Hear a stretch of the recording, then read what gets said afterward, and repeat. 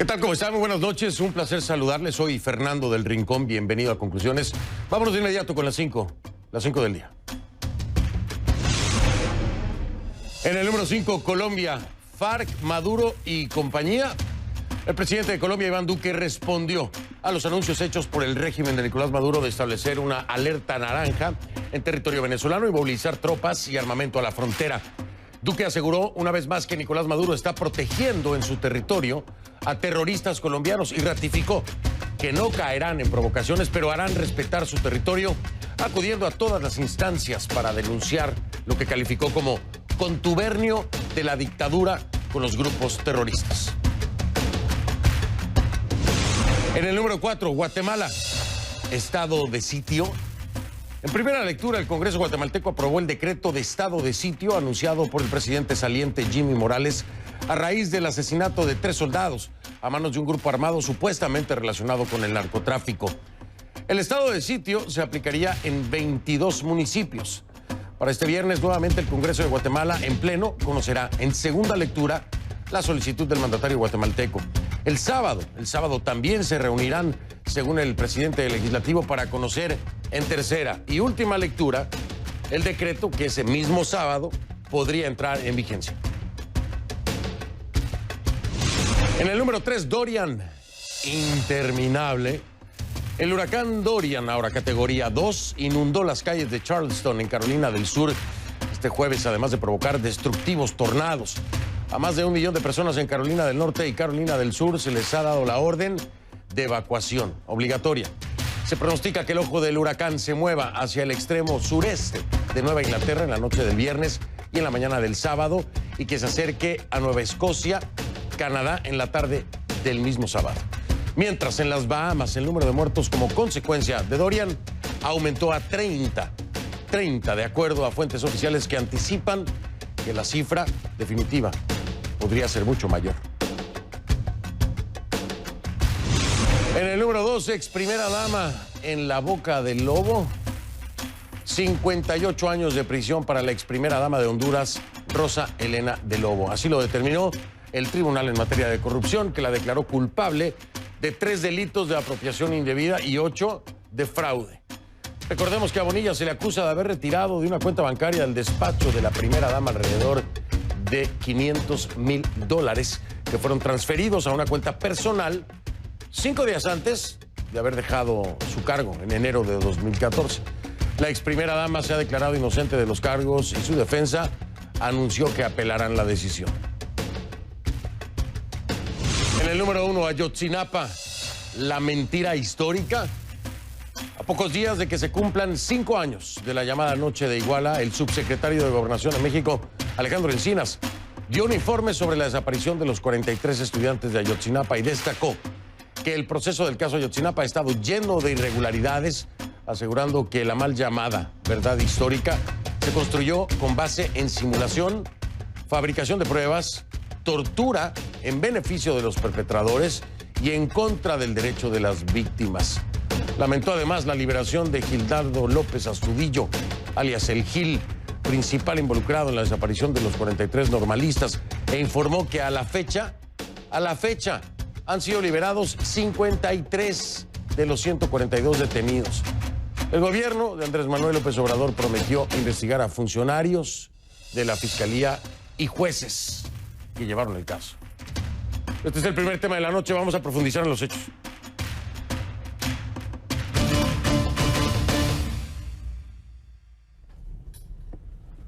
Le pido que a partir de este momento me acompañe utilizando la etiqueta numeral Conclu Ayotzinapa. Conclu Ayotzinapa es la etiqueta, numeral Conclu Ayotzinapa. Sus comentarios con esta etiqueta, por favor, a mi cuenta en Twitter, @soyfdelrincón, @soyfdelrincón, esa es la cuenta en Twitter. Conclu Ayotzinapa es la etiqueta. Pues no acaba, es increíble, pero no acaba la pesadilla para los padres de los 43 estudiantes de Ayotzinapa. Estos estudiantes que, como usted recordará, desaparecieron el 26 de septiembre de 2014 en Iguala, Guerrero, a manos del crimen organizado, con la complicidad de policías locales, según han señalado las autoridades. 5 años más tarde. Lejos de ponerle fin a esta investigación y determinar responsabilidad, el gobierno del presidente Andrés Manuel López Obrador ha reconocido que las pesquisas están en peligro por lo que los detenidos pueden salir en libertad, como ya han salido. Este miércoles, precisamente, el día de ayer, el subsecretario de Gobernación de México, Alejandro Encinas, presentó un informe sobre el caso, asegurando que durante la administración del expresidente Enrique Peña Nieto, el proceso de investigación estuvo plagado de irregularidades y graves faltas legales que ahora ponen en riesgo la condena de los presuntos implicados. De hecho, Encinas confirmó que con base en estas irregularidades, unos 53 supuestos delincuentes vinculados al caso Ayotzinapa ya han sido liberados. La liberación más reciente se dio a finales de agosto. Se trata de Gildardo López, alias El Gil, ya le decía yo, presunto jefe de la organización criminal Guerreros Unidos. Un grupo vinculado a la desaparición de los estudiantes, esto desde el inicio de la investigación. El Gil, por supuesto, niega los señalamientos. Según Encinas, se trata de una sentencia absolutoria que marca un precedente peligroso, ya que podría ser utilizada como referencia en el caso de los otros implicados. Ese proceso, ¿no? Abre las puertas a esto. Ante la situación, el subsecretario ha pedido a la Fiscalía General de México que reencauce la investigación y anunció que a pedido del presidente López Obrador también se va a investigar a los jueces, a los fiscales que han liberado a los sospechosos. Muchos detalles. Imagínese usted 5 años de esto y sin fin. Kay Guerrero, en su reporte acá, nos tiene mucho más detalles.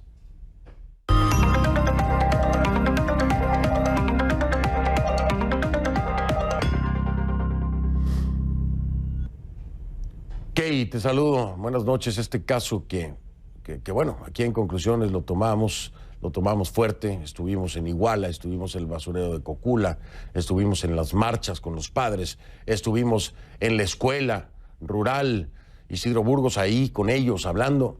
Parece que fue ayer, que hay 5 años. 5 años. Y aún no hay justicia para los familiares ni para las víctimas. No, Fernando, como dices, son 5 años de la desaparición de los 43 estudiantes normalistas y esto es sumamente trágico porque no hay ni una sola condena sobre este caso.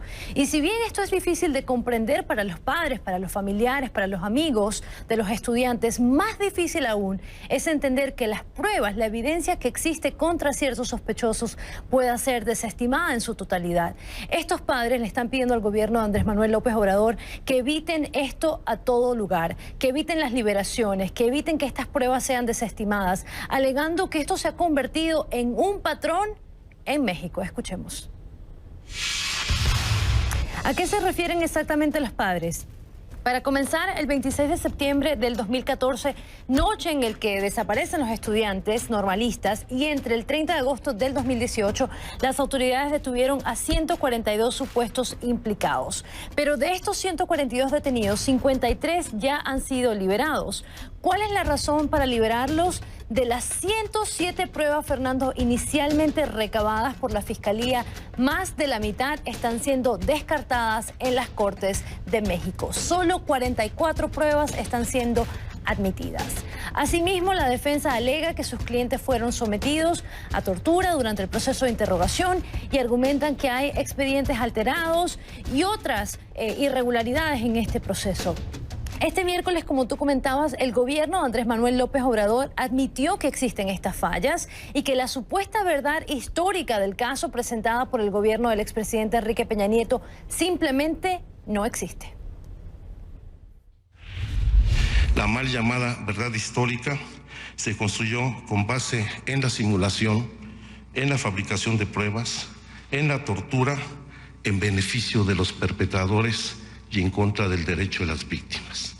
Habiendo elementos claros y suficientes para afincar y deslindar responsabilidades por los delitos cometidos, la actuación indebida de la autoridad judicial ha generado condiciones para que con una muy laxa interpretación de la ley se puedan retirar los cargos que se le imputaron a los detenidos.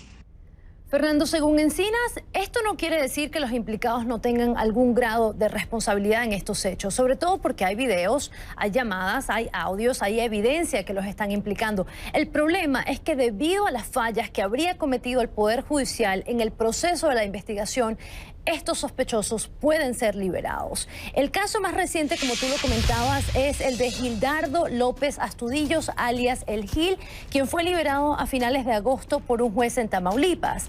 El Gil es el presunto cabecilla de la banda criminal Guerreros Unidos, un hombre que desde el principio ha sido vinculado con la desaparición de los estudiantes normalistas y quien desde su teléfono, y esto es muy importante, desde su teléfono la noche del incidente reportaba a otros integrantes de la banda que estaban en Chicago, aquí en Estados Unidos, lo que estaba sucediendo con los estudiantes.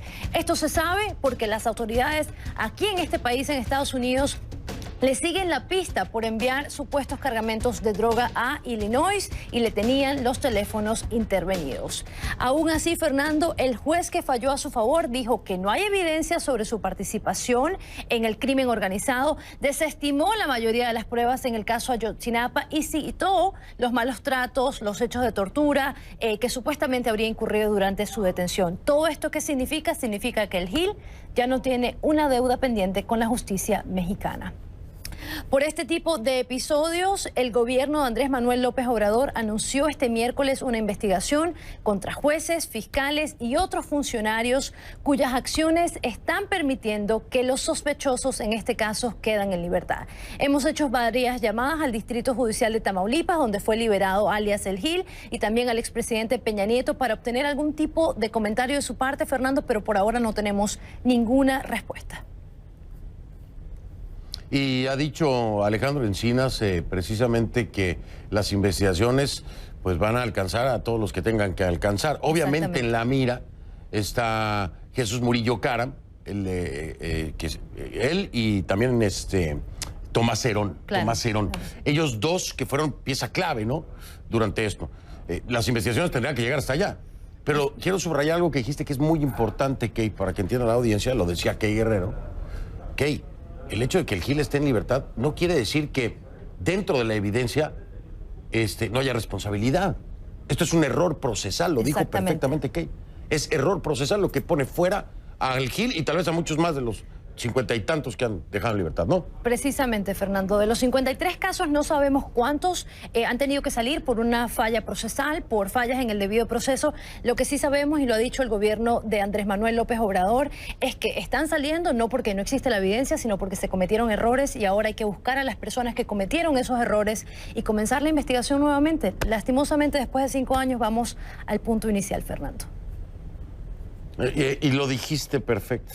Vamos al punto inicial. Imagínate, se perseguía a aquellos que habían desaparecido, asesinado a los 43 de Ayotzinapa. Ahora se perseguirá a aquellos que por su culpa los asesinos pudieran estar en libertad. Absurdo, ridículo, vergonzoso, asqueroso, diría yo. Asqueroso en términos del funcionamiento de la justicia en un país, ¿no? Kay, gracias. Gracias por tu información siempre puntual. Muchísimas gracias y buenas noches. Gracias, Fernando. Buenas noches. Buenas noches, Kay Guerrero, en su reporte K. La encuentra en Twitter como @KGuerreroCNN, @KGuerreroCNN. Vamos con mi primer invitado de esta noche que seguramente tiene mucho que decir.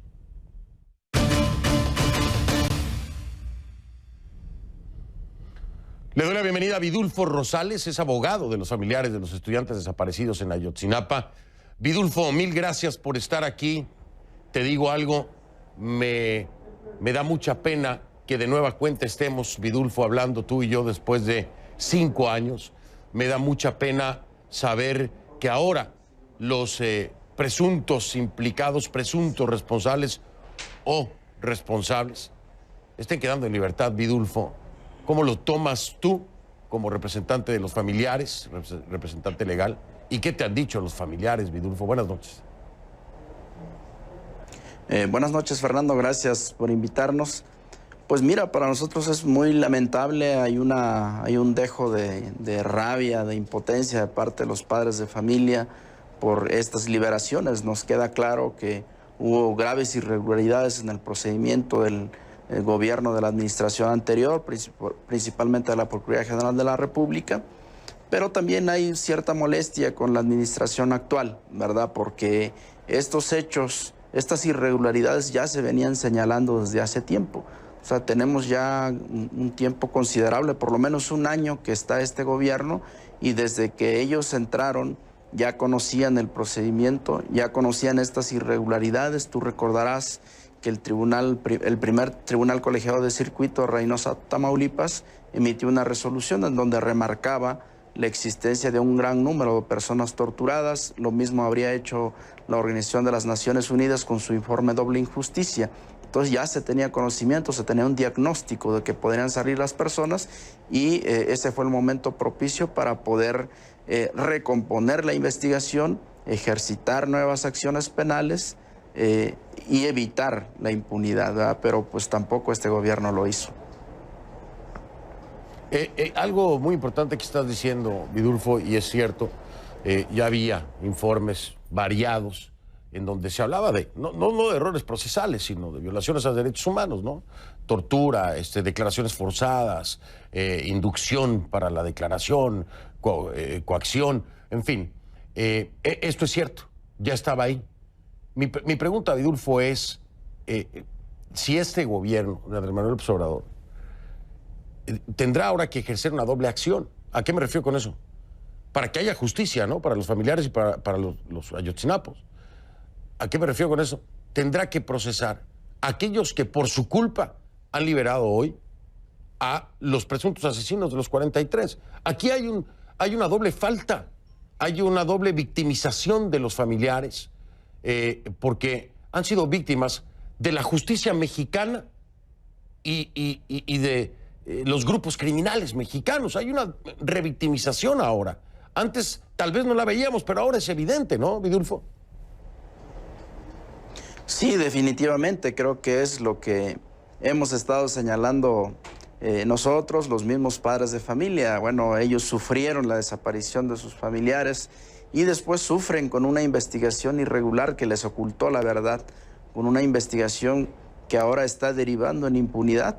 Y bien cierto, como lo apuntas, pues ahora tiene este doble trabajo el gobierno. Rápidamente tendrá que implementar todas las acciones penales y legales de toda índole para fincar responsabilidad a los funcionarios que hicieron una mala investigación, pero también rápidamente y con firmeza actuar para volver a recomponer la investigación y evitar que sigan saliendo por lo menos los que quedan. Que cabe decir también, Fernando, pues es muy preocupante porque aparte de la impunidad, bueno, se llevan información fundamental. Por ejemplo, Gildardo López Astudillo, pues él tenía una función importante dentro del grupo delincuencial Guerreros Unidos, por lo tanto poseía información privilegiada para saber sobre el paradero de los estudiantes, igual que otras personas que todavía están detenidas, hoy en día poseen información fundamental para saber el paradero de los 43 y entonces por eso resulta importante, ¿verdad?, poder ejercitar acciones penales tanto para que se haga justicia como para que puedan aportar datos sobre el paradero de los estudiantes. En ese sentido, la creación de la comisión, hay cosas que de inicio se aplauden, ¿no? La creación de esta comisión por orden del presidente Andrés Manuel López Obrador para que se reabriera el caso, para que se siguiera investigando el caso Ayotzinapa, una promesa que hace, abren esta comisión. Yo te pregunto, Vidulfo, ¿ha salido peor el remedio que la enfermedad con esta decisión que ha tomado el gobierno de López Obrador? ¿A qué me refiero? A que ahora prácticamente no se tiene nada. Es decir, los presuntos responsables están quedando en libertad, pero tampoco hay detenidos del gobierno de Enrique Peña Nieto por la responsabilidad. Entonces ahora están peor las cosas que antes. Mira, yo creo que hay pasos importantes. La comisión es muy importante, está haciendo una labor fundamental. Lamentablemente está partiendo de nuevas líneas de investigación, justamente para no contaminar, para no considerar lo que se denominó la verdad histórica, toda esta investigación irregular.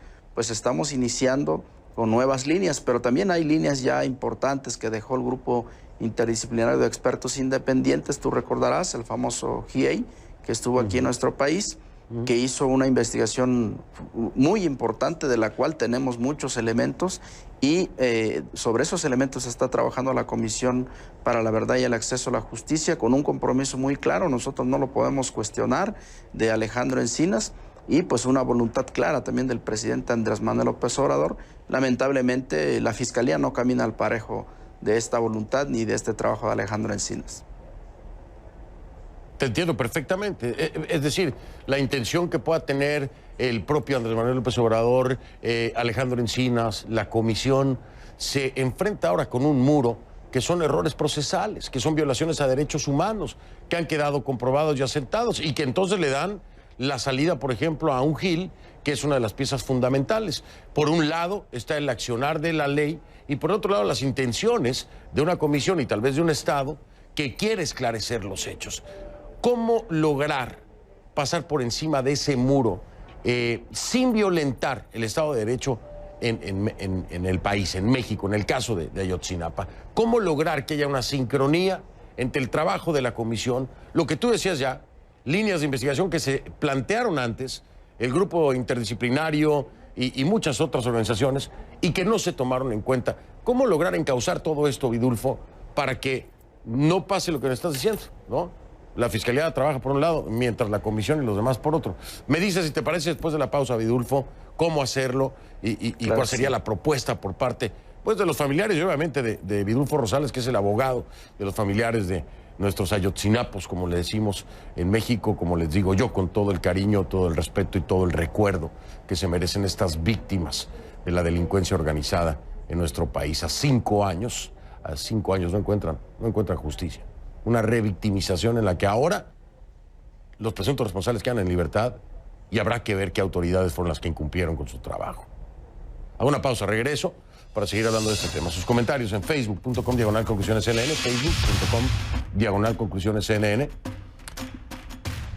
Ahí hay contenido de programas anteriores, por si quiere consultarlos, y si se quiere sumar es bienvenido. @soyfdelrincón es la cuenta en Twitter para recibir sus comentarios con la etiqueta Conclu Ayotzinapa. Conclu Ayotzinapa, @soyfdelrincón. Esa es la cuenta, Conclu Ayotzinapa es la etiqueta. Regreso entonces con este tema, con la pregunta que para muchos ya es más que pregunta certeza. La mentira histórica. Y en estas conclusiones también, Honduras. En la boca del lobo, la ex primera dama Roselena Bonilla fue condenada a 58 años de cárcel. El expresidente Lobo va a estar aquí conmigo.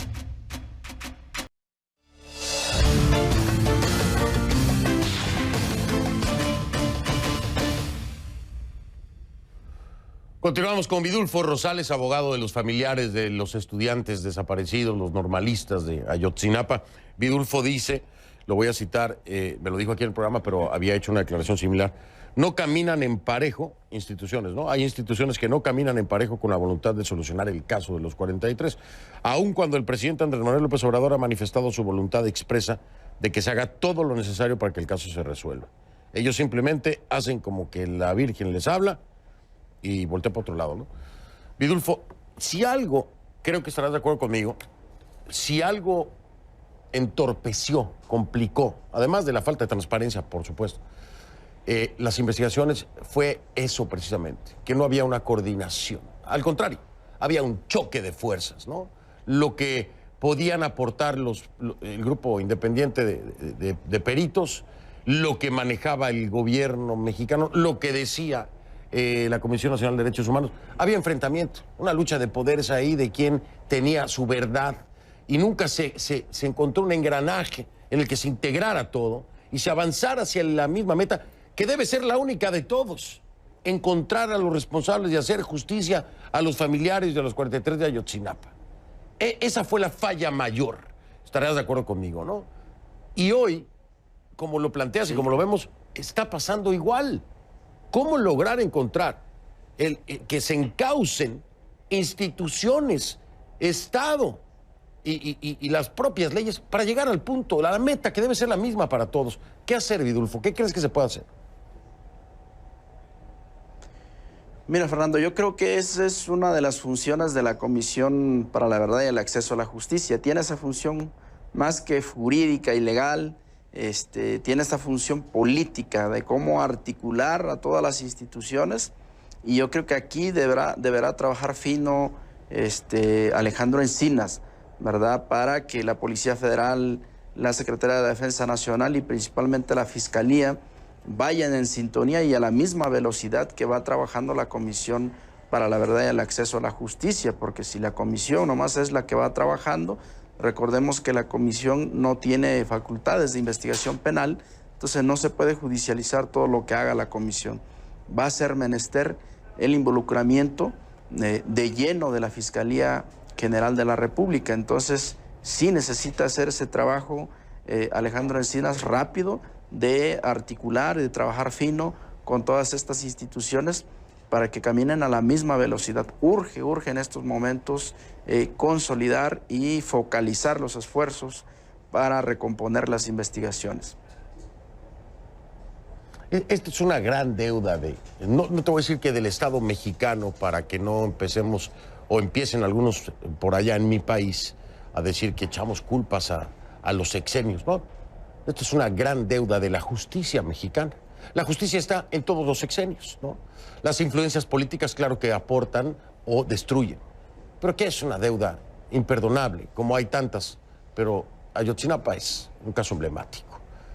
¿Tú tienes la esperanza, Vidulfo, de que en esta ocasión la justicia mexicana y el Estado les alcancen sus 6 años para por fin hacer justicia? Yo creo que, Fernando, eso va a depender de, pues, varios actores. Va a depender, yo creo que de la fuerza de los padres de familia, de la normal, de ustedes como medio de comunicación, que debemos estar exigiendo que casos como este que lastimaron tanto en el país, pues no queden en la impunidad, porque si no, bueno, en México nos vamos a estar llenando de impunidad y creo que es una oportunidad que tenemos que se esclarezca, que se sancionen a los responsables en el caso de Ayotzinapa y creo que va a traer un efecto multiplicador para que los demás casos de graves violaciones pues también se esclarezcan en el país y transitemos a la justicia y a la verdad. Oye, Vidulfo, antes de despedirme, quiero preguntarte, ¿cómo están los familiares hoy? ¿Cómo están los familiares hoy de estos muchachos? Yo tuve la oportunidad de conocer a estos humildes padres, hablaron conmigo en una mesa redonda ahí en la escuela y me partían el alma, me partía el corazón, pero me impresionaba la fortaleza de estos hombres y mujeres, una cosa impresionante. Pero han pasado 5 años, el desgaste es enorme. ¿Cómo están ellos, Vidulfo?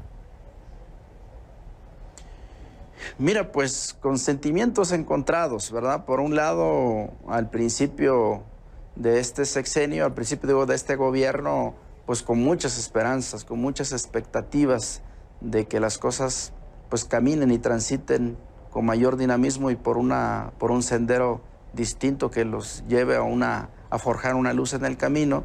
Sin embargo, en estos momentos ellos sienten que estamos en un bache en ese camino, sienten que estamos estancándonos y pues por supuesto ahí cunde la desesperación, la tristeza de parte de ellos. Pues tú comprenderás, ya son 5 años y pues lamentablemente lo concreto es que seguimos sin saber dónde están los 43, qué pasó el día 26 de septiembre. Sí, tristemente eso es lo concreto, Vidulfo. Lo dices y lo tomo con todo el pesar que esas palabras representan. Vidulfo, estamos en contacto, espero verte pronto y gracias por, después de 5 años, seguir ahí, tampoco es fácil, hay que reconocerlo como abogado de los familiares. Vidulfo Rosales ha estado ahí desde el principio y hasta el día de hoy, 5 años después. Un abrazo, Vidulfo, mil gracias. Gracias, Fernando, a ti, hasta luego, que estés bien. Igualmente, y por supuesto que seguiremos dándole visibilidad a esto que tienen que encontrar un cierre, tienen que encontrar un fin, tienen que encontrar los responsables, los 43 de Ayotzinapa, como decían en sus cánticos, que me erizaban la piel, ahí en Reforma. Ayotzi vive, vive. Ayotzi vive, vive. Vamos a una pausa, voy a cambiar el tema, regreso con Honduras. Honduras, en la boca del lobo, la ex primera dama Rosalena Bonilla fue condenada a 58 años de cárcel. Voy a hablar en un momento con Porfirio Lobo, el esposo, por supuesto, y expresidente de Honduras. Ahí está en pantalla. En redes sociales, en Twitter nos leemos, @soyfdelrincón, @soyfdelrincón, y en Instagram nos vemos. Nos vemos literal. F del Rincón, esa es mi cuenta en Instagram, F del Rincón. Ya regreso.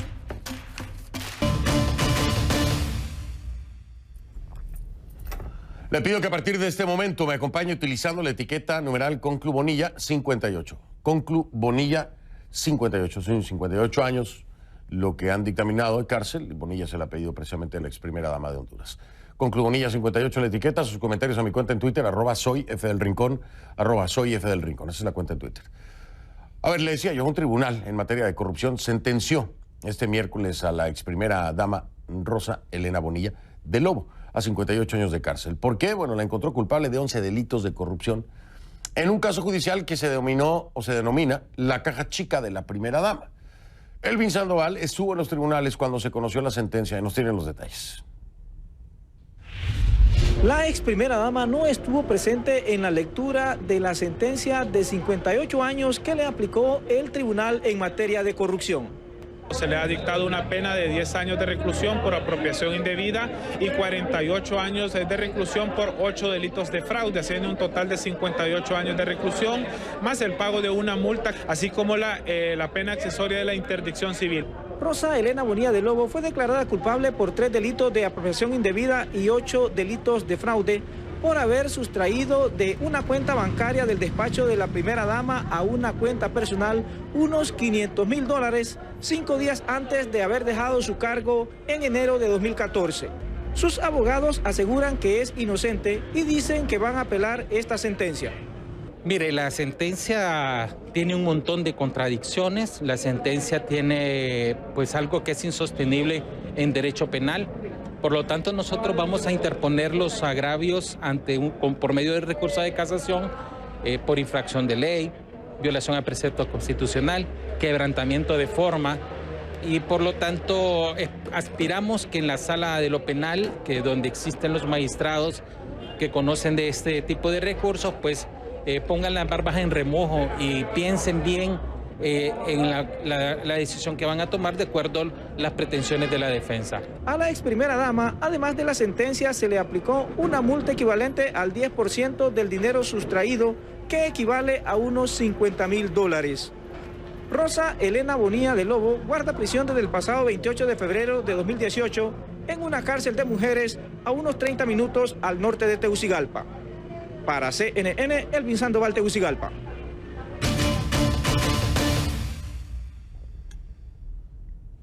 Le doy la bienvenida a Porfirio Lobo, expresidente de Honduras, que nos acompaña en vivo desde Tegucigalpa. Expresidente Lobo, mil gracias por aceptar esta entrevista en un momento tan complicado, por supuesto. Muchas gracias, Fernando, por permitirme que podamos intercambiar las inquietudes que ustedes tengan sobre este tema de mi querida esposa.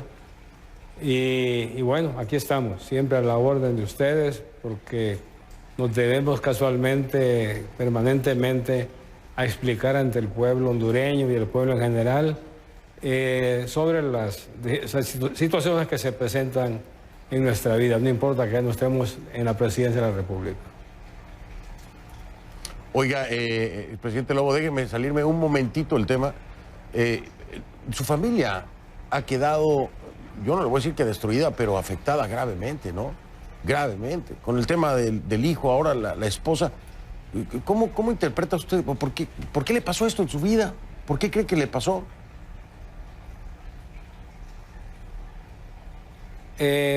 Fernando, son dos situaciones bastante diferentes, porque el caso de mi hijo, que usted estuvo conmigo hace 2 años y medio sobre ese caso, es un caso en el cual él se declaró culpable de lo que él hacía.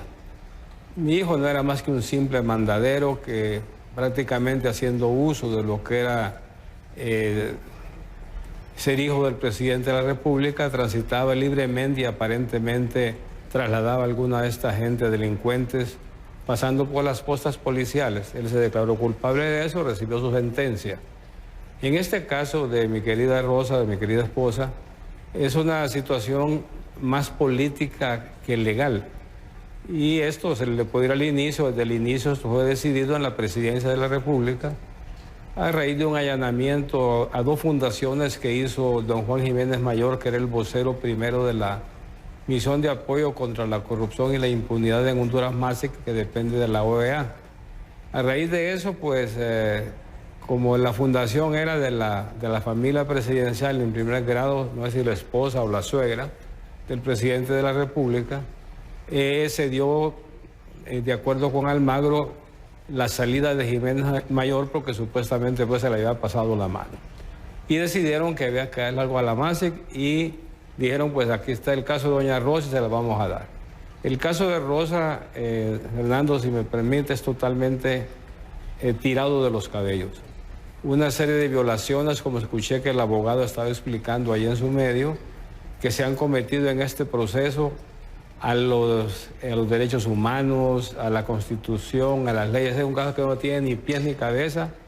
Y con solo decirle que la Fiscalía acusa por unos delitos y la sentencia que recibe doña Rosa es por otros delitos que le puso el tribunal y que la Fiscalía no acusó, para darle una idea. Aparte de todas las incongruencias que han habido, violaciones, pero todos sabemos y en política nos entendemos bien. Y le voy a comenzar porque se habla de 12 millones, que no sé cuánto. Y fíjese usted qué interesante. Esa cuenta que dicen ellos no son fondos oficiales. Oiga, sí, perdón que lo interrumpa, presidente Lobo. Sí, era lo que le iba a preguntar. A ver, aquí como que el meollo de todo esto arranca por los 500, ¿no? $500,000. De ahí sale el caso este que se le conoce como la caja chica de la dama, de la primera dama. Dígame, ¿de dónde sale? Sí. A ver, cuénteme eso de los $500,000. ¿De dónde salieron? ¿Por qué lo sacó faltando tan poquito para salir del cargo? O sea, ¿y qué pasó? ¿De dónde salió ese dinero? Ok. Mire, voy a comenzarle porque esos no eran fondos públicos. Eran fondos de donaciones que le hacían a la primera dama. Y en la transición se pone de acuerdo con la hermana del presidente, doña Hilda Hernández, que en paz descanse, de que había que abrir con ese dinero que estaba ahí, que es del despacho, que doña Rosa abrió ella, nadie más abrió, no era una cuenta oficial de Casa Presidencial, eso es falso, porque eran fondos de donaciones. Se pusieron de acuerdo en abrir una cuenta y quien podía abrir la doña Rosa, que es la que tenía la firma única, para que terminasen de ejecutar unos proyectos que estaban en ejecución del despacho de la primera dama y que la primera dama entrante, que es la esposa del presidente Hernández, tuviese que regalar. A raíz de eso, porque era el inicio del año escolar en febrero, recién instalado el gobierno. A raíz de eso, entonces vienen, abren una cuenta, continúan ejecutando proyectos.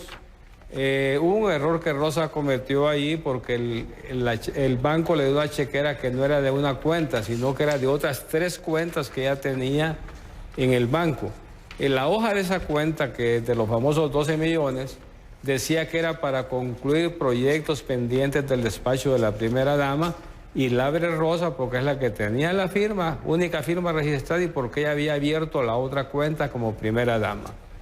Entonces, para decirle en pocas palabras, se ejecuta todo el dinero que se pudo ejecutar de lo que estaba pendiente, y lo que sobró, que fueron 5 millones, 4.8 millones, aquí está el cheque, mire. No sé si lo enfoque en la... Lo veo. Es un cheque de 4.8 millones que doña Rosa entregó a Casa Presidencial, porque es a quien tenía que entregar los fondos, no eran fondos públicos para que fuese a la Tesorería de la República.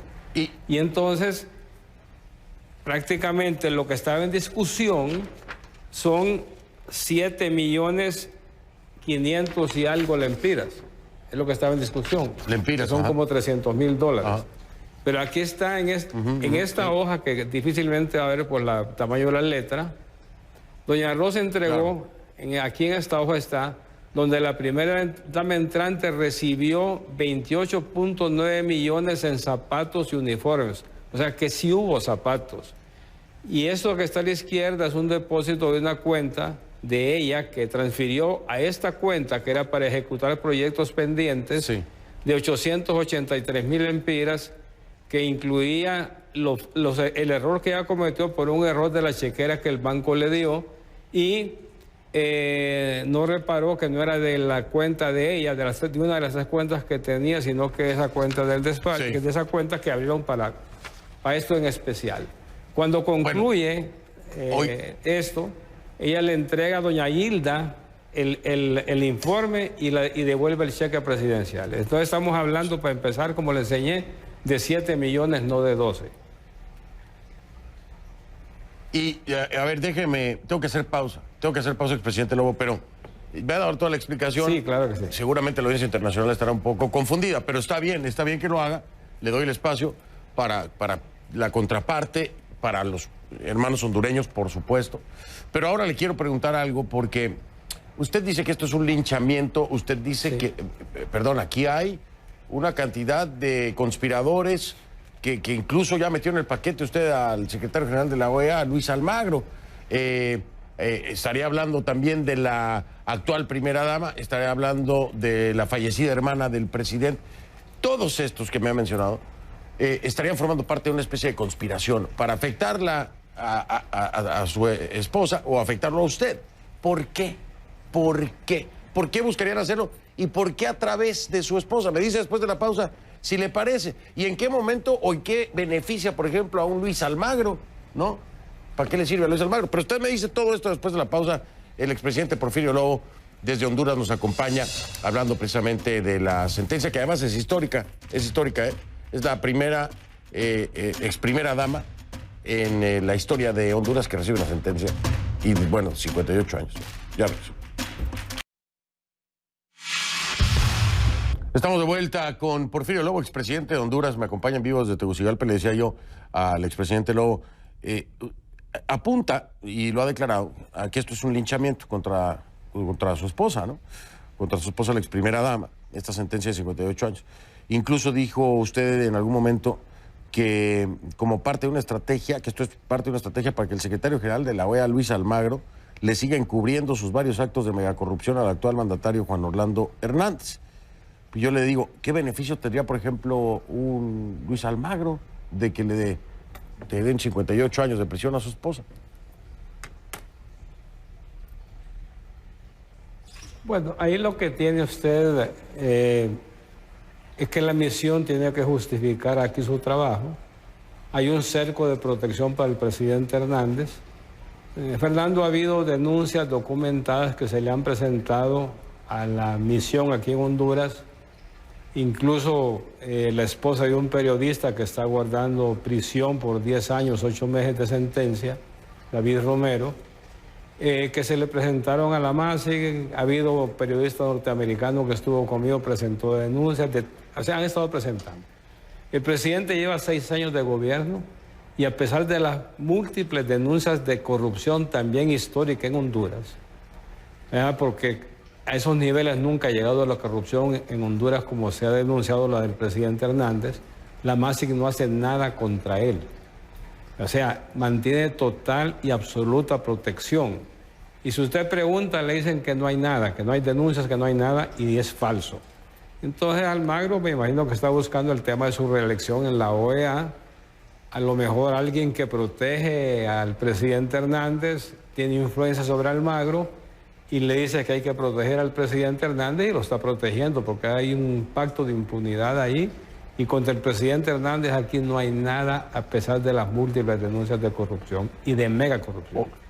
Oiga, a ver si está fuerte lo que me dice. Le voy a preguntar a Luis Almagro a ver qué respuesta me da, ¿no? Por supuesto, para escucharlo a él. Ahora, ya me queda poco tiempo, nada más no quiero que se me pase, porque usted ha dicho que van a presentar apelación, esto ya lo sabemos por parte de los abogados, pero si no prospera la apelación en la Corte Suprema, dice que va a acudir a instancias internacionales. Entonces yo me quedé preguntando, ¿a qué instancias internacionales puede acudir? Porque el sistema interamericano, si me está diciendo lo que me está diciendo Almagro, ir al sistema interamericano es como darse un tiro en el pie, ¿no? ¿O a cuáles? A la Comisión Interamericana hay una relativa independencia, entiendo, es lo que entendemos nosotros, y está la Corte Centroamericana de Justicia que tiene su sede en Costa Rica. O sea, no hay una influencia tan directa como el caso de Almagro sobre la MASIC, que cuando quiso quitó a un vocero, luego puso a otro, o sea, hay un control total. Y como le digo, la prueba más grande es el cerco de impunidad que tienen montado alrededor del presidente Hernández. Oiga, y ya para despedirme, ¿ya habló usted con su esposa después de esto? ¿Cómo está? En 30 segundos, digan. Ella está bien porque tiene la convicción de que esto se supera porque ella es inocente. Se lo reitero, Rosa está ilegalmente detenida y es impresionante ver todo lo que ha pasado en ese juicio, desde el inicio. Esos tribunales que son inconstitucionales, que los prohíbe también, que los prohíbe la Convención Americana de Derechos Humanos, también los prohíbe, y aún así, aunque lo es tutelar, como dicen, es irónico que una misión aquí esté violentando la Convención Americana de Derechos Humanos, que esté violentando la Constitución de Honduras y nuestras leyes. Vamos a estar muy al pendiente, por supuesto usted lo sabe, estoy siguiendo muy de cerca esto, viene la apelación, vamos a ver qué ocurre con esta apelación y lo molestaré de nueva cuenta si usted me hace el favor de aceptar una nueva entrevista en el futuro. Por lo pronto le agradezco mucho siempre el tiempo, expresidente Lobo, muy amable. Gracias a ustedes, Fernando, y ya sabe, estamos siempre a la orden. Gracias, buenas noches. El expresidente Porfirio Lobo, expresidente de Honduras, por supuesto, acerca de la sentencia de 58 años que se le ha dictado a la ex primera dama, a su esposa. Es la primera ex primera dama en la historia de Honduras a la que se le dicta una sentencia. A una pausa, regreso. Si usted me quiere ver en otro lado que no sea la tele, ahí está mi Instagram, F del Rincón. F del Rincón, ahí lo espero. Si no lo vio, en conclusiones no lo vio, y si usted me permite, lo veo mañana. Soy Fernando del Rincón, buenas noches.